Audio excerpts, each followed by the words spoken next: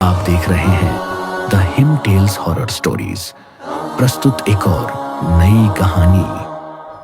कहते हैं राजस्थान में कुलधारा नाम का एक ऐसा गांव स्थित है जो एक वीरान और श्रापित गांव के नाम से जाना जाता है। यहाँ अक्सर अजीबोगरीब घटनाएं होती रहती हैं और इन्हीं घटनाओं की सच्चाई जानने के लिए मिस्टर सक्सेना, जो कि एक हिस्ट्री प्रोफेसर हैं, अपने कुछ स्टूडेंट्स के साथ रिसर्च के लिए कुलधरा गांव में ठहरे हुए थे। वक्त करीब आधी रात का था जब मिस्टर सक्सेना अपने टेंट के बिस्तर पर करवटें बदल रहे थे। उन्हें देखकर लग रहा था जैसे कोई अजीब सी बेचैनी उन्हें सता रही हो। एक पल के लिए उनकी आंख लगी ही थी कि अचानक उनके कानों में घंटियों की आवाज पड़ने लगी। तो आवाज को सुनकर मिस्टर सक्सेना झटके से उठ बैठे। वो सहमी हुई आवाज में खुद से ही बड़बड़ाने लगे, ये तो उसी मंदिर की घंटियों की आवाज है, पर इतनी रात में वहां जाना सही नहीं होगा। मिस्टर सक्सेना एक अजीब सी कश्मकश में उलझे हुए थे। आखिर ये कौन सा मंदिर था और इस रात के सन्नाटे में घंटियां कौन बजा रहा था? ये जानने के लिए मिस्टर सक्सेना अपने टेंट से बाहर निकले और कुलधरा के खंडहरों की तरफ जाने लगे। आज तो मैं पता लगा कर ही रहूंगा कि आखिर इतनी रात में ये आवाज आती कहां से है। मिस्टर सक्सेना बिना कुछ सोचे समझे आगे बढ़ते जा रहे थे, जैसे घंटियों की वो अजीब आवाज उन्हें अपनी तरफ खींच रही हो। वहीं दूसरी तरफ उनकी स्टूडेंट नंदिनी, जो पूरे कॉलेज में एक ब्रिलियंट स्टूडेंट थी, पिछले कुछ दिनों से अजीब अजीब घटनाएं महसूस कर रही थी। इस वक्त नंदिनी अपने टेंट में गहरी नींद में सोई हुई थी, लेकिन उसे देखकर लग रहा था जैसे वो किसी डरावने सपने में खो चुकी हो। मुझे छोड़ दो, मत मारो, छोड़ दो मुझे।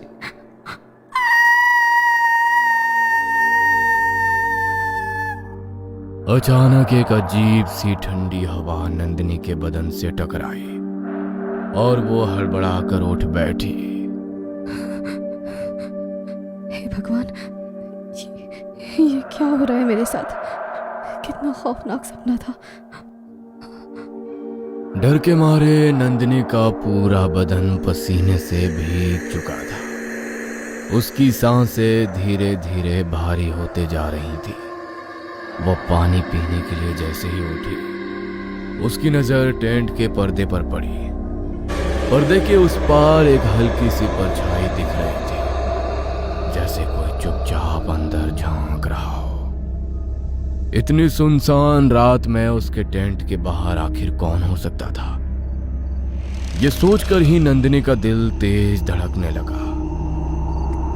कौन है बाहर? जवाब दो। नंदिनी काफी देर तक आवाज लगाती रही, लेकिन किसी ने कोई जवाब नहीं दिया। अपने मन को तसल्ली देने के लिए डर के बावजूद उसने हिम्मत जुटाई और धीरे धीरे टेंट के बाहर निकल आई। जैसे ही उसने टॉर्च जलाकर उस परछाई को देखा, उसके पैरों तले जमीन खिसक गई। जो आदमी इतनी देर से वहां खड़ा था वो कोई और नहीं बल्कि मिस्टर सक्सेना ही थे।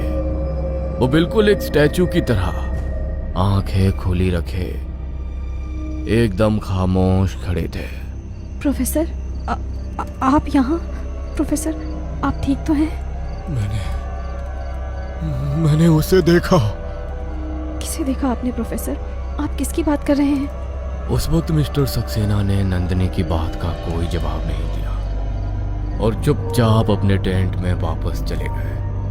उनका अजीब सा व्यवहार देखकर नंदिनी भी अपने टेंट में लौट आई, लेकिन उसके दिमाग में अब भी हजारों सवाल घूम रहे थे। वो समझ ही नहीं पा रही थी कि इतनी रात के सन्नाटे में मिस्टर सक्सेना वहां अकेले क्यों खड़े थे।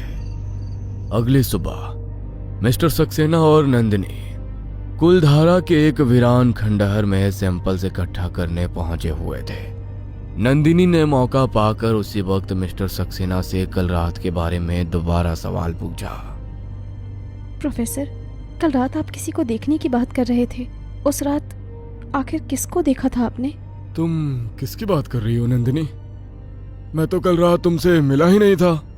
पर आप कल रात मेरे टेंट के बाहर खड़े थे और मुझसे कुछ कहने की कोशिश कर रहे थे। अरे नहीं नहीं, तुमने जरूर कोई सपना देखा होगा। अब जल्दी से सारे सैंपल कलेक्ट करो, हमें इन्हें आज ही लैब भेजना है। मिस्टर सक्सेना की बातों से ऐसा लग रहा था जैसे वो कल रात की बात से बिल्कुल अनजान हो, लेकिन नंदिनी को अब प्रोफेसर पर पूरा शक हो चुका था। इस जगह पर जरूर कुछ न कुछ गड़बड़ है। रात का डिनर करने के बाद मिस्टर सक्सेना और नंदिनी अपने अपने टेंट में सोने चले गए, लेकिन नंदिनी चुपचाप सक्सेना के टेंट पर निगाह बनाए बैठी थी। करीब आधी रात के वक्त जब चारों तरफ गहरा सन्नाटा फैला हुआ था, मिस्टर सक्सेना धीरे से अपने टेंट से बाहर निकले। वह अजीब सी बेबसी के साथ बड़बड़ाते हुए आगे बढ़ने लगे। इंतजार खत्म हुआ, वो आ चुकी है, मुझे उसके पास जाना होगा, वो आ चुकी है। उन्हें देखकर ऐसा लग रहा था जैसे उनके शरीर पर किसी और बला का कब्जा हो। कुलधरा की अंधेरी वीरान गलियों से गुजरते हुए मिस्टर सक्सेना एक पुराने मंदिर के सामने जाकर रुक गए। दीपमाला, दीपमाला मेरे पास आओ, मैं तुम्हें लेने आया हूं। सालिम सिंह के आने से पहले आज मैं तुम्हें कुलधरा से बाहर ले जाऊंगा। नंदिनी को मिस्टर सक्सेना की बदली हुई आवाज साफ महसूस हो रही थी, लेकिन वो ये नहीं देख पा रही थी कि वो बात किससे कर रहे थे। तभी उसने मंदिर के अंदर से एक औरत को बाहर आते हुए देखा। उस औरत का पूरा जिस्म सफेद था, सर पर लाल चुनरी, काले होंठ और आंखों से आंसुओं की जगह लाल खून बह रहा था। जैसे ही उसने मिस्टर सक्सेना को देखा, वो रोती हुई सीधे उनके पास आकर रुक गई। इसके बाद उसने अपने सिर से हल्का सा घूंघट उठाया और सहमी हुई आवाज में मिस्टर सक्सेना से बोली, तुमने आने में देर कर दी विजयराज।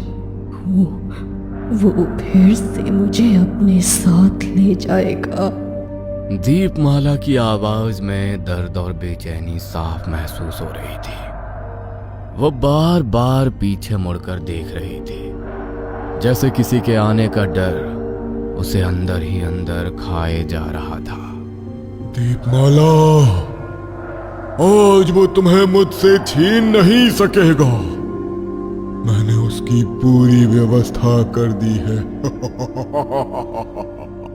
पर वो मुझे ले जाएगा। तुम्हारी जगह अगर कोई जाएगा तो वो लड़की जो इस वक्त हमें देख रही है। मिस्टर सक्सेना के मुंह से ये बात सुनते ही नंदिनी के जिस्म में सिहरन दौड़ गई। डर के मारे उसके मुंह से एक तेज चीख निकल पड़ी और वहां से भाग निकली। उसे अब ये बात समझ आ चुकी थी कि ये एक भयानक साजिश है जिसमें वो पूरी तरह फंस चुकी थी। नंदिनी, रुक जाओ। मंदिर के पास तुमने जो देखा वो सिर्फ एक छलावा था। मिस्टर सक्सेना की नॉर्मल आवाज सुनकर नंदिनी जैसे ही पीछे मुड़कर देखती है, अचानक एक जोर की ठोकर लगने के कारण उसका संतुलन बिगड़ जाता है और वो जोर से जमीन पर गिर पड़ती है। सिर पर गहरी चोट लगने के कारण वो दर्द से तड़प रही थी। इससे पहले कि वो खुद को संभाल पाती, वो आदमी और वही सफेद औरत अचानक वहां पहुंच जाते हैं, जिसके बाद वो एक ही झटके में नंदिनी को दबोच लेते हैं। तू यहां से कहीं नहीं जाएगी।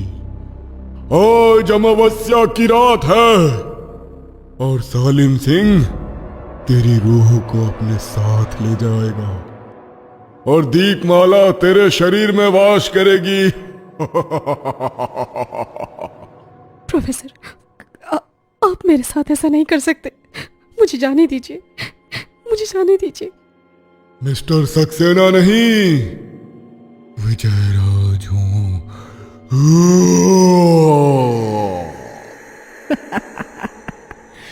घबराओ मत, तुम्हें ज्यादा दर्द नहीं होगा। बस थोड़ी देर में तुम्हारा शरीर ढीला पड़ जाएगा और फिर तुम्हारी आत्मा आजाद हो जाएगी।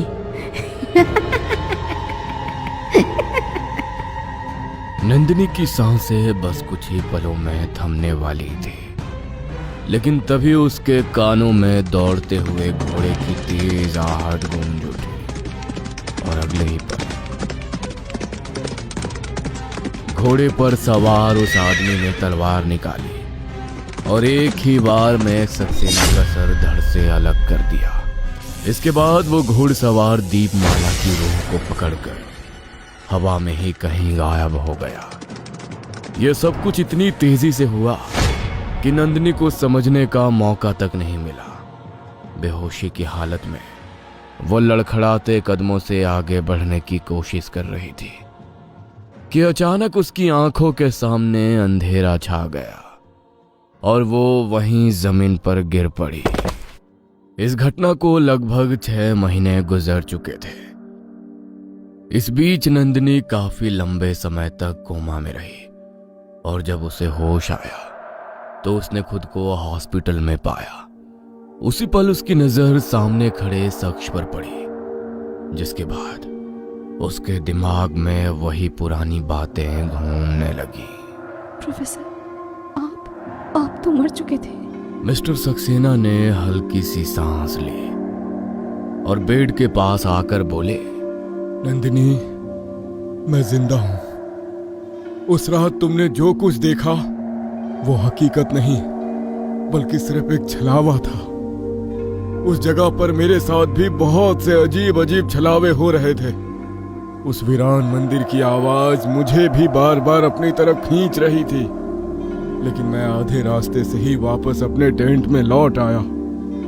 अगले दिन सुबह होते ही मैंने आसपास के लोगों से पता लगाया तो उन्होंने मुझसे कई आत्माओं का जिक्र किया।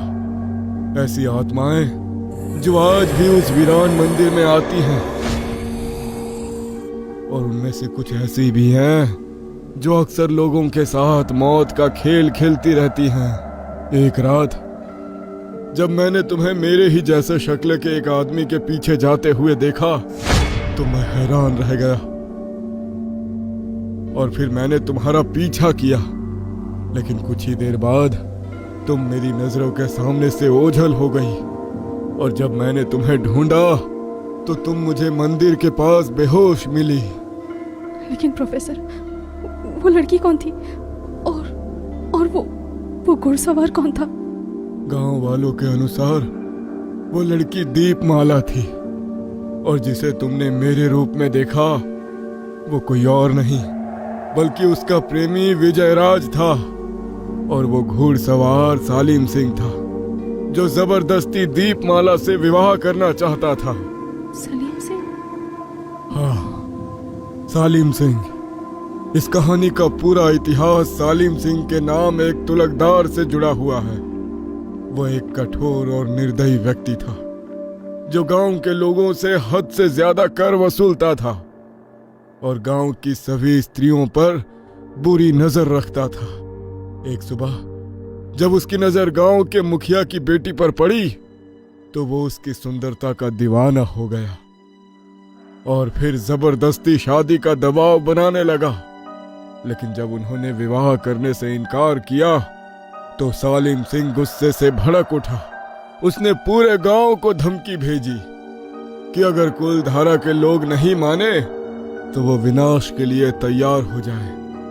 इसलिए गांव के लोगों ने अपनी बहन बेटियों की इज्जत बचाने के लिए गांव को छोड़ देना मंजूर समझा।